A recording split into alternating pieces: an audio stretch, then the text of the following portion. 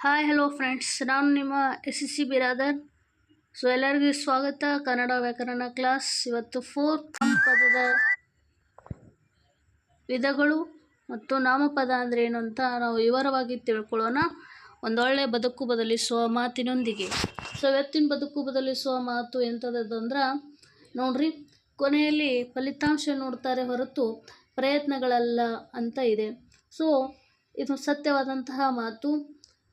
ನಮಗೆ ಎಂಥದೇ ಪರಿಸ್ಥಿತಿ ಇರಲಿ, ಆ ಪರಿಸ್ಥಿತಿಯಲ್ಲಿ ನಾವು ಎಷ್ಟೇ ಕಷ್ಟಪಟ್ಟು ಪ್ರಯತ್ನಗಳನ್ನು ಮಾಡಲಿ, ಲಾಸ್ಟಿಗೆ ನೋಡೋದು, ಕೊನೆಯಲ್ಲಿ ನೋಡೋದು ಫಲಿತಾಂಶ ಆಯಿತೋ ಇಲ್ಲೋ ಅನ್ನೋದಷ್ಟೇ ನೋಡ್ತಾರೆ. ಅದರಿಂದಿರುವಂಥ ಪ್ರಯತ್ನಗಳನ್ನು ಯಾರೂ ನೋಡುವುದಿಲ್ಲ. ನಾವು ಆದಷ್ಟು ಒಳ್ಳೆಯ ಫಲಿತಾಂಶಗಳನ್ನು ನೀಡೋಣ ಅಂತ ಹೇಳ್ತಾ ಇವತ್ತಿನ ಕ್ಲಾಸನ್ನು ನಾನು ಶುರು ಮಾಡೋಣ. ಆದರೆ ಬನ್ನಿ, ನಾಮಪದಗಳಂದ್ರೆ ಏನಂತ ಮೊದಲಿಗೆ ತಿಳಿಯೋಣ. ನಾಮಪದ ಅಂದ್ರೆ ಏನು? ನಾಮ ಅಂದ್ರೆ ಏನು? ಹೆಸರು. ನಾಮ ಅಂದ್ರೆ ಏನು? ಹೆಸರು. ಆ ಹೆಸರು ಯಾರ್ಯಾರ ಹೆಸರು ಇರಬೇಕು? ಏನು ನಮ್ಮದು ನಿಮ್ಮದು ಇರಬೇಕನ? ಇಲ್ಲ. ಯಾರ್ಯಾರ ಹೆಸರು ಇರ್ಬೇಕು ನೋಡ್ರಿ. ಒಂದು ವ್ಯಕ್ತಿ ಹೆಸರಾಗಿರ್ಬೋದು, ಅದು ಒಂದು ಸ್ಥಳದ ಹೆಸರಾಗಿರ್ಬೋದು, ಒಂದು ವಸ್ತುವಿನ ಹೆಸರಾಗಿರ್ಬೋದು. ಇಂತಹ ಹೆಸರನ್ನು ಸೂಚಿಸುವಂತಹ ಶಬ್ದಗಳಿಗೆ ನಾವೇನಂತ ಕರಿತೀವಿ? ನಾಮಪದಗಳು ಅಂತ ಕರಿತೀವಿ. ನಾಮಪದ ಅಂದ್ರೇನು? ಒಂದು ವ್ಯಕ್ತಿಯ ಹೆಸರು, ಒಂದು ಸ್ಥಳದ ಹೆಸರಾಗಿರ್ಬೋದು, ಒಂದು ವಸ್ತುವಿನ ಹೆಸರಾಗಿರ್ಬೋದು. ಇಂತಹ ಹೆಸರನ್ನು ಸೂಚಿಸುವಂತಹ ಶಬ್ದಗಳಿಗೆ ನಾವೇನಂತ ಕರಿತೀವಿ? ನಾಮಪದಗಳು ಅಂತ ಕರಿತೇವೆ. ಏನಂತ ಕರಿತೀವಿ? ನಾಮಪದಗಳು ಅಂತ ಕರಿತೇವೆ. ಇನ್ನೊಂದು ಇಂಪಾರ್ಟೆಂಟ್ ಇಲ್ಲಿ, ನಾಮಪ್ರಕೃತಿ. ನಾಮಪ್ರಕೃತಿ ಅಂದ್ರೇನ? ನಾಮಪದದ ಮೂಲ ರೂಪ. ನಾಮಪದದ ಮೂಲ ರೂಪವನ್ನು ನಾಮಪ್ರಕೃತಿ ಅಂತ ಕರಿತೇವೆ. ಹಾಗಾದರೆ ನಾಮಪ್ರಕೃತಿಯಲ್ಲಿ ಎಷ್ಟು ಅದಾವು? ನಾಮಪ್ರಕೃತಿಯಲ್ಲಿ ಒಟ್ಟು 2 ವಿಧಗಳು ಅದಾವು. ಒಂದು ಸಹಜ ನಾಮ ಪ್ರಕೃತಿ, ಇನ್ನೊಂದು ಸಾಧಿತ ನಾಮ ಪ್ರಕೃತಿ. ಇಲ್ಲಿ ಉದಾಹರಣೆ ನೋಡ್ತಿರ್ಬೋದು ನೀವು. ಹುಡುಗ, ರಾಮ, ನದಿ, ಅರಮನೆ, ಮರ, ಮಳೆ, ಹೌದಾ? ಇವೆಲ್ಲ ಸಹಜ ನಾಮ ಪ್ರಕೃತಿ. ಇನ್ನು ಸಾಧಿತ ನಾಮ ಪ್ರಕೃತಿ ಅಂದ್ರೇನ? ಒಕ್ಕನ್ನ, ಹೆಬ್ಬಾಗಿಲು, ದೊಡ್ಡ ಮರ, ಚಳಿಗಾಲ, ಮಳೆಗಾಲ ಅಂಥೇಳಿ ಇವು ಸಾಧಿತ ನಾಮ ಪ್ರಕೃತಿ. ಇನ್ನೂ ವಿವರವಾಗಿ ಸಹಜ ನಾಮ ಪ್ರಕೃತಿ ಅಂದರೆ ಏನು ಅಂತ ನಾವು ತಿಳಿದುಕೊಳ್ಳೋಣ ಬನ್ನಿ. ಸಹಜ ನಾಮ ಪ್ರಕೃತಿ ಅಂದ್ರೇನು? ಇವು ಏನಾಗ್ತಾವು? ಮನುಷ್ಯನ ಹೆಸರನ್ನು ಹೇಳ್ತಾವೆ. 1ನೇ ಪಾಯಿಂಟ್. ಮನುಷ್ಯನ ಹೆಸರಂದ್ರೆ ರಾಮ, ಸೀತಾ, ಓಕೆ, ಇಂಥವು ಹೆಸರನ್ನು ಹೇಳುವಂಥವು. ಇವು ಏನಾದ್ರು ಸಹಜ ನಾಮ ಪ್ರಕೃತಿಗಳಾಗಿರ್ತವೆ. ಮತ್ತು ಮನುಷ್ಯರ ಹೆಸರು ಹೇಳದೆ ಇವು ಪ್ರಾಣಿಗಳ ಹೆಸರು ಹೇಳಿರ್ತವೆ. ಹಂದಿ, ನಾಯಿ, ಹೌದಾ, ಬೆಕ್ಕ, ಇಂಥವು ಹೆಸರನ್ನು ಹೇಳುವಂಥವು. ಇನ್ನು ವಸ್ತುಗಳ ಗುಣ ಮತ್ತು ಸ್ವಭಾವಗಳನ್ನು ಇವು ಕೂಡ ಹೇಳ್ತಾವೆ. ನೆಕ್ಸ್ಟ್ ಏನು ಹೇಳ್ತಾವು? ಕಾಲ, ಸ್ಥಾನ, ಅಳತೆ, ದಿಕ್ಕು, ಸಂಖ್ಯೆಗಳನ್ನು ಇವುಗಳು ಸೂಚನೆ ಮಾಡ್ತಾವು. ಇವನ್ನ ಒಟ್ಟಾಗಿ ಇವೆಲ್ಲ ಹೇಳುವಂಥವು ಏನಪ್ಪ ಅಂದ್ರೆ ಸಹಜವಾದ ನಾಮ ಪ್ರಕೃತಿಗಳು. ಇವಕ್ಕೇನಂತ ಕರಿತೇವೆ? ಸಹಜವಾದಂತಹ ನಾಮ ಪ್ರಕೃತಿಗಳು. ನೆಕ್ಸ್ಟ್ 2ನೇ ವಿಧ ಸಾಧಿತಗಳಾದ ನಾಮ ಪ್ರಕೃತಿಗಳು. ಸಾಧಿತಗಳಾದ ನಾಮ ಪ್ರಕೃತಿ ಅಂದ್ರೆ ಏನ? 2-3 ಪದಗಳು ಸೇರಿ ಒಂದು ಪದವಾಗುವ ಸಮಾಸಗಳು. ಇಲ್ಲಿ ನೋಡ್ರಿ, ಉದಾಹರಣೆ ನೋಡಿದ್ರೆ ನಿಮಗೆ ಗೊತ್ತಾಗ್ತದೆ. ಇಲ್ಲಿ ಹೆಬ್ಬಾಗಿಲು ಅಂತೈತಿ. ಇದು ಹೆಬ್ಬಾಗಿಲು ಒಂದ ಶಬ್ದ. ಅಲ್ಲಿದು ಹಿರಿದಾದ ಬಾಗಿಲು, ಹೆಬ್ಬಾಗಿಲು 2 ಶಬ್ದ ಕೂಡಿ ಒಂದ ಶಬ್ದ ಆಗೈತಿ. ದೊಡ್ಡದಾದ ಮರ, ದೊಡ್ಡ ಮರ, ಹೌದಾ?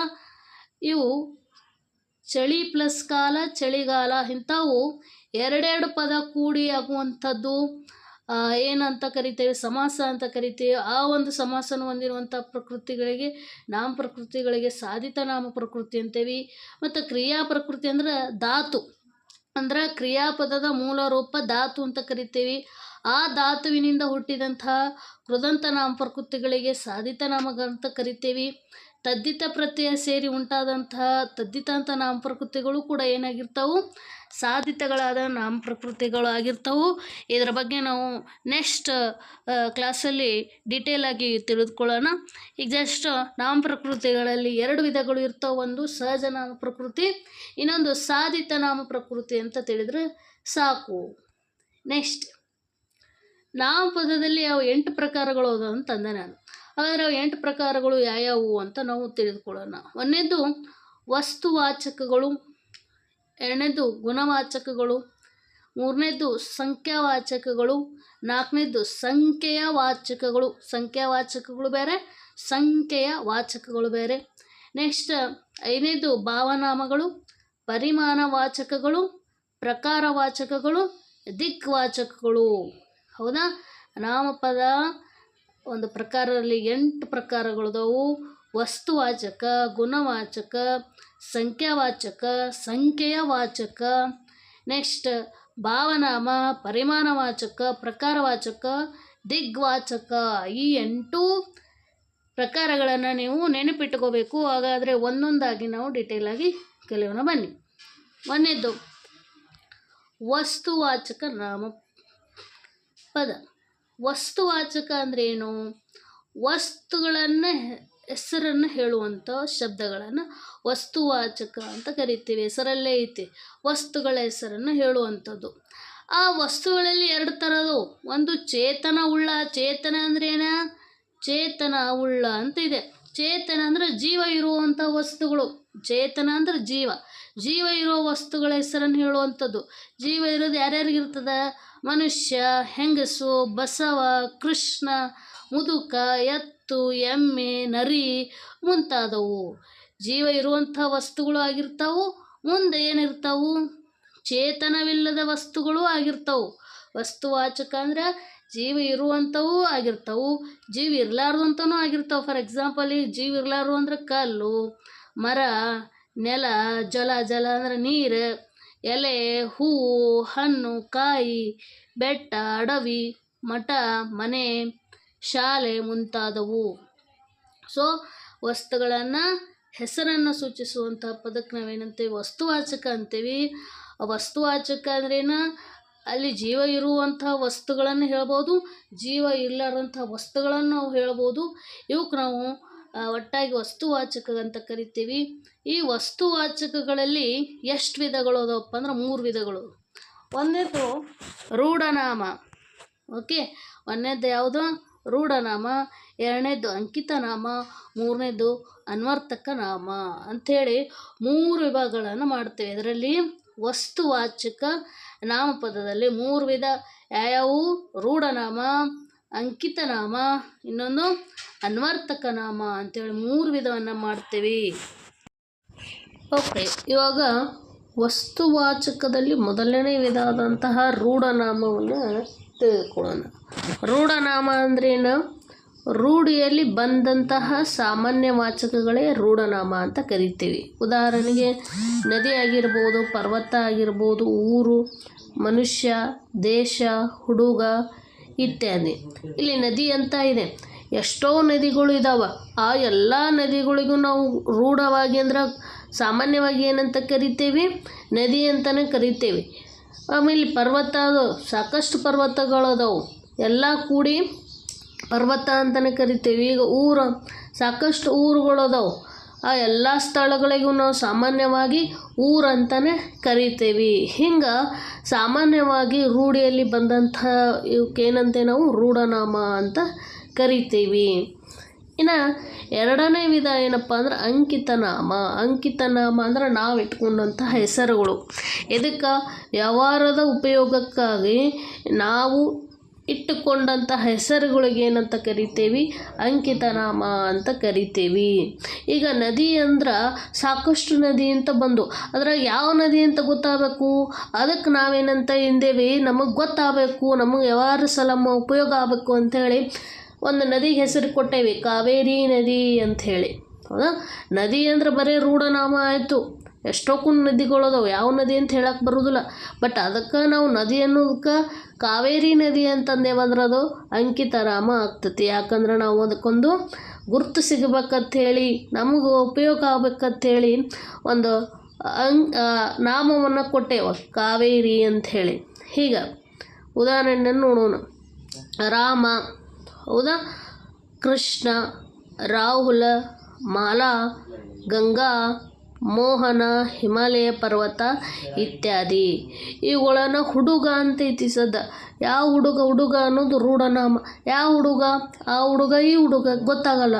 ಹೀಗಾಗಿ ಅವ್ರು ಗುರ್ತು ಹಿಡಿಬೇಕಂತೇಳಿ ನಾವು ಒಂದೊಂದು ಹೆಸರನ್ನು ಕೊಡ್ತೀವಿ, ನಾವು ಒಂದೊಂದು ಹೆಸರನ್ನು ಇಟ್ಕೋತೀವಿ. ಅಂತ ಇಟ್ಟುಕೊಂಡಂಥ ಹೆಸರುಗಳಿಗೆ ನಾವೇನಂತ ಕರಿತೀವಿ? ಅಂಕಿತ ನಾಮ ಅಂತ ಕರಿತೀವಿ. ಇನ್ನು ಅನ್ವರ್ತಕ ನಾಮ ಮೂರನೇ ವಿಧ. ಇದು ಅನ್ವರ್ತಕ ನಾಮ ಅಂದ್ರೇನು? ಅರ್ಥಕ್ಕೆ ಅನ್ವರ್ಥ ಆಗಿ ಇಟ್ಟಂಥ ಹೆಸರುಗಳಿಗೆ ನಾವು ಅನ್ವರ್ತಕ ನಾಮ ಅಂತ ಕರಿತೀವಿ. ಈಗ ಫಾರ್ ಎಕ್ಸಾಂಪಲ್ ಅವ್ನು ಸ್ವಲ್ಪ ಕಾಲಿದು ಇತ್ತಪ್ಪ ಅಂದ್ರೆ, ಕಾಲಿರ್ಲಿಕ್ಕಂದ್ರೆ ಅವಂಗೆ ಏನಂತ ಕರಿತೀವಿ? ಕುಂಟ ಅಂತ ಕರಿತೀವಿ. ಅಂದ್ರೆ ಕುಂಟ ಅಂದ್ರೆ ಏನು? ನಾವೇನು ತಿಳ್ಕೊಬೇಕಾದ್ರೆ ಅರ್ಥ ಅವ್ನ ಕಾಲು ಸರಿ ಇಲ್ಲ ಅಂತ ತಿಳ್ಕೊಬೇಕು. ಅದಕ್ಕೆ ಈ ಅರ್ಥವನ್ನು ಕಲ್ಪಿಸ್ಕೊಡ್ತದೆ. ಹೀಗಾಗಿ ಅರ್ಥಕ್ಕೆ ಅನ್ವರ್ಥವಾಗಿ ಇಟ್ಟ ಹೆಸರುಗಳು ಏನಾಗಿರ್ತಾವೆ? ಅನ್ವರ್ಥನಾಮ ಆಗಿರ್ತಾವೆ. ಈಗ ಕಿವುಡ. ಕಿವುಡ ಅಂದ್ರೆ ಏನು? ಅದರ ಅರ್ಥ ಕಿವಿ ಕೇಳಿಸಲ್ಲ ಅಂತ ಅರ್ಥ. ಸೊ ಅದರ ಅರ್ಥ ಕಿವಿ ಕೇಳಿಸಲ್ಲ ಅಂತ. ಈಗ ಮೂಗ. ಮೂಗ ಅಂದ್ರೆ ಏನು? ಮೂಗ ಅಂದ್ರೆ ಬಾಯಿ ಅವಂಗ ಮಾತು ಬರಲ್ಲ ಅಂತ ಅರ್ಥ. ಇನ್ನು ವ್ಯಾಪಾರಸ್ಥರು ಅದಾರ. ವಿದ್ವಾಂಸ ಅಂದ್ರೆ ಭಾಳ ಜಾಣ ರೀತಿಯಲ್ಲಿದ್ದಾರೆ. ವಿಜ್ಞಾನಿ ಅಂದ್ರೆ ವಿಜ್ಞಾನ ಒಂದು ಸಂಶೋಧನೆಯನ್ನು ಮಾಡುವಂಥವ್ರು ಅದಾರ. ಇನ್ನು ಪೂಜಾರಿ ಅಂದ್ರೆ ಪೂಜಾರಿತನ ಮಾಡುವಂಥವ್ರು. ಹಿಂಗೆ ಅವರ ಒಂದು ಅರ್ಥಕ್ಕೆ ಅನ್ವರ್ಥವಾಗಿ ಇಟ್ಟಂಥ ಹೆಸರುಗಳಿಗೆ ನಾವೇನಂತ ಕರಿತೀವಿ? ಅನ್ವರ್ತಕ ನಾಮ ಅಂತ ಕರಿತೀವಿ. ನೆಕ್ಸ್ಟ್ ಎರಡನೇ ವಿಧ ಯಾವುದಪ್ಪ ಅಂದ್ರೆ ಗುಣವಾಚಕಗಳು. ಗುಣವಾಚಕಗಳು ಅಂದರೆ ಏನಂತ ನೋಡೋಣ. ಮೊದಲಿಗೆ ಈ ವಾಕ್ಯಗಳನ್ನು ನಾವು ಗಮನಿಸೋಣ. ಒಂದನೇದು ಉದಾಹರಣೆ ನೋಡ್ರಿ. ಕೆಂಪು ಬಟ್ಟೆಯನ್ನು ತಂದನು. ಎಂಥ ಬಟ್ಟೆಯನ್ನು ತಂದನು? ಕೆಂಪು ಬಟ್ಟೆಯನ್ನು ತಂದನು. ಎರಡನೇದು ನೋಡ್ರಿ. ದೊಡ್ಡ ಕಲ್ಲು ಇದೆ. ದೊಡ್ಡ ಕಲ್ಲು ಇದೆ. ಎಂಥ ಕಲ್ಲು ಇದೆ? ದೊಡ್ಡ ಕಲ್ಲು ಇದೆ. ಮೂರನೇದು. ಚಿಕ್ಕ ಮಕ್ಕಳು ಇರುತ್ತಾರೆ. ಎಂಥ ಮಕ್ಕಳು ಇರುತ್ತಾರೆ? ಯಾವ ರೀತಿ ಮಕ್ಕಳು ಇರ್ತಾರೆ? ಚಿಕ್ಕ ಮಕ್ಕಳು ಇರ್ತಾರೆ. ನೆಕ್ಸ್ಟು. ಹಳೆಯ ಅಕ್ಕಿ ಬೇಕು. ಅಕ್ಕಿದು ಗುಣ ಎಂಥದ್ದು? ಹಳೆಯದಾಗಿದ್ದಂಥದ್ದು. ಹಳೆಯ ಅಕ್ಕಿ ಬೇಕು. ಇನ್ನೊಂದು ಐದನೇದು ಇದು ನೋಡ್ರಿ ಉದಾಹರಣೆಯಲ್ಲಿ. ಕರಿಯ ನಾಯಿ ಇದೆ. ಕರಿಯದ ನಾಯಿ. ನಾಯಿ ಎಂಥದ್ದು ಗುಣ ಇದೆ? ಅದಕ್ಕೆ ಬಣ್ಣ ಎಂಥದ್ದಿದೆ? ಕರಿದಿದೆ. ಕರಿಯ ನಾಯಿ ಇದೆ. ಈ ವಾಕ್ಯಗಳನ್ನು ಗಮನಿಸಿದಾಗ ನೀವು ಗುಣವಾಚಕ ಅಂದ್ರೆ ಏನಂತ ತಿಳ್ಕೊಬೋದು. ನೋಡ್ರಿ, ವಸ್ತುಗಳ ಗುಣ, ರೀತಿ, ಸ್ವಭಾವಗಳನ್ನು ತಿಳಿಸುವಂಥ ವಿಶೇಷಣಗಳೆಲ್ಲ ಗುಣವಾಚಕಗಳೆನಿಸುವವು. ಇಲ್ಲೇನು ನೋಡಿದ್ರಲ್ಲ ನೀವು, ಕೆಂಪು ಬಟ್ಟೆ. ಬಟ್ಟೆ ಎಂಥದೈತಿ? ಕೆಂಪು ಐತಿ. ವಸ್ತು ಯಾವ ರೀತಿ ಐತಿ? ಬಟ್ಟೆ ಯಾವ ರೀತಿ ಅಂತ ಹೇಳ್ತು. ಕಲ್ಲು ಯಾವ ರೀತಿ ಐತಿ? ದೊಡ್ಡದಾಗೈತಿ. ಕಲ್ಲು ಯಾವ ರೀತಿ ಅಂತ ಹೇಳ್ತು. ಇನ್ನು ಮಕ್ಕಳು ಎಂಥವ್ರು ಅದಾರ? ಚಿಕ್ಕವರಾಗಿದ್ದಾರೆ. ಅವು ಯಾವ ರೀತಿ ಅಂತ ಹೇಳಿದ್ರು ಅವರು. ಅಕ್ಕಿಯ ಗುಣ ಹೇಳೋದು. ಅಕ್ಕಿ ಹಳೇದೈತಿ ಅಂತ ಹೇಳಿದರು. ನಾಯಿ ಕರ್ರಗೈತಿ, ಅದ್ರ ಬಣ್ಣ ಹೇಳಿದರು. ಈ ರೀತಿಯಾಗಿ ವಸ್ತುಗಳ ಗುಣ, ರೀತಿ, ಸ್ವಭಾವಗಳನ್ನು ಹೇಳುವಂಥ ವಿಶೇಷಣಗಳೆಲ್ಲ ನಾವೇನಂತ ಕರಿತೀವಿ? ಗುಣವಾಚಕಗಳು ಅಂತ ಕರಿತೀವಿ. ಉದಾಹರಣೆಗೆ ದೊಡ್ಡ, ಚಿಕ್ಕ, ಕರಿದು, ಒಳ್ಳೆಯದು, ಕೆಟ್ಟದ್ದು, ಇನ್ನು ಕರಿದು, ಹೊಸದು, ಬಿಳಿದು, ಕಿರಿದು, ಹಿರಿದು, ಎಳೆದು ಮೊದಲಾದವು. ಇವೆಲ್ಲ ಏನಾಗಿರ್ತವೆ? ಗುಣವಾಚಕಗಳು ಆಗಿರ್ತವೆ. ಇಲ್ಲಿ ನಾವು ವಿಶೇಷಣ ಅಂತ ಒಂದು ಪದ ಬಳಸಿದ್ಮೇಲೆ, ಆದರೆ ವಿಶೇಷಣಗಳು ಯಾವ್ಯಾವು? ವಿಶೇಷಣ ಅಂದರೆ ಈಗ ಕರಿಯ ಅಂತ ಏನೈತಿಲ್ಲ, ಕರಿಯ ನಾಯಿ ಅಂದರೆ ಕರಿ ಅನ್ನೋದು ಏನಾಗಿರ್ತದೆ? ಇಲ್ಲಿ ವಿಶೇಷಣ ಆಗಿರ್ತದೆ. ಕರಿಯ. ಈಗ ಕರಿಯ ಅಂತ ಯಾವ್ಯಾವ ವಸ್ತುಗಳಿಗೆ ವಿಶೇಷಣಗಳಂದರೆ ಯಾವ್ಯಾವ ವಸ್ತುಗಳಿಗೆ ಅಂತೆ ನಾವು ಅವುಗಳು ಏನಾಗಿರ್ತವೆ? ವಿಶೇಷ ಆಗಿರ್ತವೆ. ನಾಯಿ. ಕರಿಯ ಅನ್ನೋದು ವಿಶೇಷಣ. ನಾಯಿ ಅನ್ನೋದು ಏನಾಗುತ್ತೆ? ಯಾವ ವಸ್ತುಗೆ ಯಾವಕ್ಕಂತೇವಲ್ಲ ಅವು ವಿಶೇಷ ಆಗಿರ್ತವೆ. ಈಗ ಕೆಂಪು ಬಟ್ಟೆ ಅಂತ ಐತಿ. ಕೆಂಪು ಅನ್ನೋದು ವಿಶೇಷಣ, ಬಟ್ಟೆ ಅಂತ ಅನ್ನೋದು ವಿಶೇಷ ಆಗಿರ್ತದೆ. ಸೊ ಇವಕ್ಕೆ ವಿಶೇಷ ಹೊಂದಿರುವಂತಹ ಇವೆಲ್ಲ ಶಬ್ದಗಳಿಗೆ ಏನಂತ ಕರಿತೀವಿ? ಗುಣವಾಚಕಗಳು ಅಂತ ಕರಿತೀವಿ. ಸೊ ನೆಕ್ಸ್ಟ್ ಮೂರನೇ ವಿಧ ಸಂಖ್ಯಾವಾಚಕಗಳು. ಸಂಖ್ಯಾವಾಚಕಗಳಂದ್ರೇನು ಭಾಳ ಸಿಂಪಲ್ ಐತಿ, ಹೆಸರಲ್ಲೇ ಐತಿ. ಸಂಖ್ಯೆಯನ್ನು ಹೇಳುವಂಥ ಶಬ್ದಗಳೆಲ್ಲ ಏನಾಗಿರ್ತವೆ, ಸಂಖ್ಯಾವಾಚಕಗಳು ಆಗಿರ್ತವೆ. ಉದಾಹರಣೆಗೆ 1, 2, 10, 1000, ಲಕ್ಷ ಇತ್ಯಾದಿಗಳು. ಈಗ ಎಕ್ಸಾಂಪಲ್ ಹೇಳ್ಬೇಕಪ್ಪ ಅಂದ್ರೆ 1 ಮನೆ, 2 ಕುದುರೆ, 1000 ಆನೆ. ಸೊ ಇಂಥವೆಲ್ಲ ಸಂಖ್ಯೆಗಳು ಹೇಳುವಂಥ ಶಬ್ದಗಳಿಗೆ ನಾವೇನಂತ ಕರಿತೀವಿ, ಸಂಖ್ಯಾವಾಚಕಗಳು ಅಂತ ಕರಿತೀವಿ. ಸೊ ಸಂಖ್ಯಾವಾಚಕಗಳಂದ್ರೆ ಏನಂತ ಅರ್ಥ ಆಯ್ತು ಅಂತ ಅನ್ಕೋತೀವಿ. ನೆಕ್ಸ್ಟ್ 4ನೇ ವಿಧ ಸಂಖ್ಯೆಯ ವಾಚಕಗಳು. ಸಂಖ್ಯೆಯ ವಾಚಕಗಳಂದ್ರೇನು, ಈಗ ಉದಾಹರಣೆ ನೋಡತ್ತೀರಿ ನೀವು, 3 ಮಕ್ಕಳು. ಎಷ್ಟು ಮಕ್ಕಳಂತ, 3 ಮಕ್ಕಳು. 4 ಶಾಸ್ತ್ರಿಗಳು, 5 ವಿದ್ಯಾರ್ಥಿಗಳು ಅಂತ ಐತಿ. ಈಗ 3 ಅಂದ್ರೆ 3 ಜನ, ಹೌದಲ್ಲ? 3 ಅಂದ್ರೆ 3 ಜನ. 4 ಅಂದ್ರೆ 4 ಜನ, ಹೌದಾ? 5 ಅಂದರೆ ಎಷ್ಟು ಜನ, 5 ಜನ. ಓಕೆ, ಈ ಒಂದು ವಾಕ್ಯಗಳಲ್ಲಿ 3, 4, 5 ಅಂಥೇಳಿ ಈ ಮೊದಲಾದ ಶಬ್ದಗಳು ಏನಾಗಿರ್ತವೆ, ಸಂಖ್ಯೆಗಳಿಂದ ಕೂಡಿದೆ. 3 ಅಂದ್ರೆ 3, ಸಂಖ್ಯೆವಾಚಕ 3, ಸಂಖ್ಯೆವಾಚಕ 3ರಿಂದ ಕೂಡಿದಂತಹ ಅಂದ್ರೆ ಸಂಖ್ಯೆಯಿಂದ ಕೂಡಿದಂಥ ಅಕ್ಷರ ಶಬ್ದಕ್ಕೆ ಏನಂತೀವಿ, ಮೂವರು ಅಂತ ಕರಿತೀವಿ. 4 ಮಂದಿ ಇದ್ರೆ 4 ಅಂತ ಕರಿತೀವಿ. ಹಿಂಗೆ ಸಂಖ್ಯೆಗಳಿಂದ ಕೂಡ್ಯಾವು. ಯಾವ ಸಂಖ್ಯೆಗಳಿಂದ ಕೂಡಿರೋಂತಹ ಶಬ್ದಗಳಿಗೆ ನಾವೇನಂತ ಕರಿತೀವಿ, ಸಂಖ್ಯೆಯ ವಾಚಕ ಅಂತ ಕರಿತೀವಿ. ಸಂಖ್ಯಾವಾಚಕ ಬೇರೆ, ಸಂಖ್ಯೆಯ ವಾಚಕ ಬೇರೆ. ನೆಕ್ಸ್ಟ್ 5ನೇ ವಿಧ ಭಾವನಾಮಗಳು. ಭಾವನಾಮ ಅಂದರೆ ಏನು ನೋಡ್ರಿ, ವಸ್ತುಗಳ ಮತ್ತು ಕ್ರಿಯಾಭಾವವನ್ನು ತಿಳಿಸುವಂತಹ ಶಬ್ದಗಳಿಗೆ ನಾವೇನಂತ ಕರಿತೀವಿ, ಭಾವನಾಮಗಳ ಅಂತ ಕರಿತೀವಿ. ಬಿಳಿದರ ಭಾವ ಬಿಳುಪು, ಕರಿದರ ಭಾವ ಕಪ್ಪು, ಹಿರಿದರ ಭಾವ ಹಿರಿಮೆ. ಅಂದರೆ ಇವು ಬಿಳುಪು ಮತ್ತು ಕಪ್ಪು, ಹಿರಿಮೆ ಇವುಗಳೇನು ಮಾಡ್ತಾವೆ, ವಸ್ತುಗಳ ಏನು ಮಾಡ್ತಾವೆ, ಇವು ಒಂದು ಭಾವವನ್ನು ಸೂಚನೆ ಮಾಡ್ತಾ ಇದ್ದವು. ವಸ್ತು ಹೆಂಗೈತಿ, ಬೆಳ್ಳಗೈತಿ, ಕರಿ ಐತಿ, ಆಮೇಲೆ ದೊಡ್ಡದಾಗೈತಿ, ಆಮೇಲೆ ನೋಡಿದವರ ಭಾವ ನೋಟ, ಮಾಡೋವರ ಭಾವ ಮಾಟ ಅಂಥೇಳಿ ಈ ಥರ ಭಾವನಾಮಗಳು ಇರ್ತಾವು. ನೆಕ್ಸ್ಟ್ 6ನೇ ವಿಧ ಪರಿಮಾಣವಾಚಕ. ಪರಿಮಾಣವಾಚಕ ಅಂದ್ರೇನು, ವಸ್ತುಗಳ ಸಾಮಾನ್ಯ ಅಳತೆ, ಪರಿಮಾಣ, ಗಾತ್ರ ಇತ್ಯಾದಿಗಳನ್ನು ಹೇಳುವಂಥ ಶಬ್ದಗಳೇನಾಗಿರ್ತವೆ, ಪರಿಮಾಣ ವಾಚಕಗಳಾಗಿರ್ತವೆ. ಉದಾಹರಣೆಗೆ ನೋಡ್ರಿ, ಪರಿಮಾಣಕ್ಕೆ ಉದಾಹರಣೆ ಪರಿಮಾಣಕ್ಕೆ ಓಕೆ, ಹಲವು ದಿನಗಳು. ಎಷ್ಟು ದಿನಗಳಂತ, ಹಲವು ದಿನಗಳು. ಕೆಲವು ಊರುಗಳು ಇತ್ಯಾದಿ. ಇದು ಪರಿಮಾಣ ಆಗಬೇಕಿದು. ಓಕೆ, ಇನ್ನು ಗಾತ್ರಕ್ಕೆ ಉದಾಹರಣೆ ನೋಡ್ರಿ, ಗುಡ್ಡದಷ್ಟು, ಆನೆಯಷ್ಟು ಇತ್ಯಾದಿ. ಅಳತೆಗೆ ನೋಡ್ರಿ, ಅಷ್ಟು ದೂರ, ಇಷ್ಟು ಪುಸ್ತಕಗಳು ಇತ್ಯಾದಿ. ಅಂದ್ರೆ ಇಲ್ಲಿ ಕಾಣ್ತಕ್ಕಂಥ ನೋಡ್ರಿ, ಅಷ್ಟು ಇಷ್ಟು, ಗುಡ್ಡದಷ್ಟು, ಆನೆ ಇಷ್ಟು, ಅಷ್ಟು ದೂರ, ಇಷ್ಟು ಪುಸ್ತಕಗಳು, ಹಲವು ದಿನಗಳು, ಕೆಲವು ಊರುಗಳು, ಇಂಥವು ಹಲವು, ಕೆಲವು, ಅಷ್ಟು, ಇಷ್ಟು ಅಂಥೇಳಿ ಏನು ಹೇಳುವಂಥ ಪದಗಳು ಏನಂತ ಕರಿತೀವಿ, ಪರಿಮಾಣ ವಾಚಕಗಳು ಅಂತ ಹೇಳ್ತೇವೆ. ನೆಕ್ಸ್ಟ್ 7ನೇ ವಿಧ ಪ್ರಕಾರವಾಚಕಗಳು. ಎಂಥ ವಾಚಕಗಳು, ಪ್ರಕಾರವಾಚಕಗಳು. ಪ್ರಕಾರವಾಚಕ ಅಂದ್ರೆ ಈಗ ಇವು ವಸ್ತು ಸ್ಥಿತಿ ರೀತಿ ಅಂತ ಹೇಳ್ತಾವೆ.